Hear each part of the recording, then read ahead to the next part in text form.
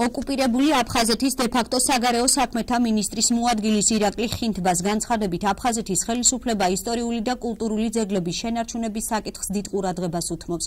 ასე გამოეხმაურა ხინთბა საქართველოს საგარეო საქმეთა მინისტრის მოადგილის ნინო კალანდაძის განცხადებას იმის შესახებ, რომ ოკუპირებულ ტერიტორიებზე ქართული კვალის წაშლის მიზნით ინტენსიური მუშაობა მიმდინარეობს.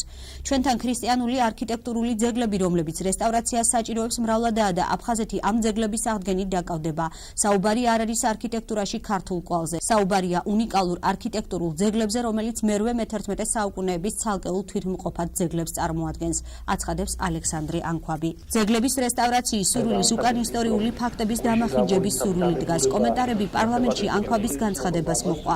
პარლამენტის თავმჯდომარე დავით ბაქრაძე ამბობს, რომ ამ ნაბიჯით დე-ფაქტო მთავრობას ქართული ისტორიული ძეგლების განადგურება სურს. კულტურისა და მეცნიერების კომიტეტის თავმჯდომარე გოკა გაბაშვილის განცხადებით, აფხაზეთის დე-ფაქტო ხელისუფლების სტრატეგია არ შეცვლილა და ქართული ძეგლების განადგურების თემა სახელმწიფოებრივ დონეზე აყავთ. 100% დაუჭერთ ხარს ეკლესიების აღდგენას და კულტურული მემკვიდრეობის დაცვას, მაგრამ ვერასდროს ვერ დაუჭერთ ხარს იმას, რაც ხდება ამ პროცესის საფარ ქვეშ. რეალურად ეს არის ისტორიის და ქართული კვალის დამახინჯების და წაშლის მცდელობა. ჩვენ ხედავდით ძალიან მკაფიო ტენდენციას სეპარატისტების მხრიდან, რომ ისინი დაკავებულები იყვნენ ქართული კულტურული მემკვიდრეობის კვალის ამოშლით აფხაზეთის ტერიტორიაზე და არანაირი საფუძველი რო ვივარაუდოთ, რომ ეს პოლიტიკა შეიცვალა, არ აქვს. საფრთხე, რომელიც მომდინარეობს ამ განცხადებიდან, რომელიც გააკეთა ანქვაბმა, არის ის, რომ შეიძლება ეს საქმე ახლა უფრო დაჩქარებული ტემპით და უფრო ორგანიზებულად, ასე ვთქვათ, სახელმწიფო დონეზე დააყენონ ეს საკითხი. უპირველესად ეს მიმართული არის იქითკენ, რომ ქართული კულტურული მემკვიდრეობის კვალი იქნეს ნიველირებული აი ამ ტერიტორიაზე და გადაასხვაფერონ ეს ძეგლები.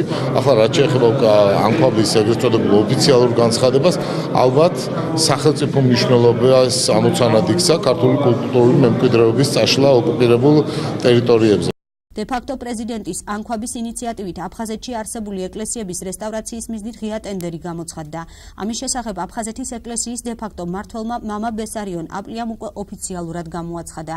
სარესტავრაციო ძეგლებში ახალი ათონის, კომანისა და ბიჭვინთის მონასტრებიც შედის.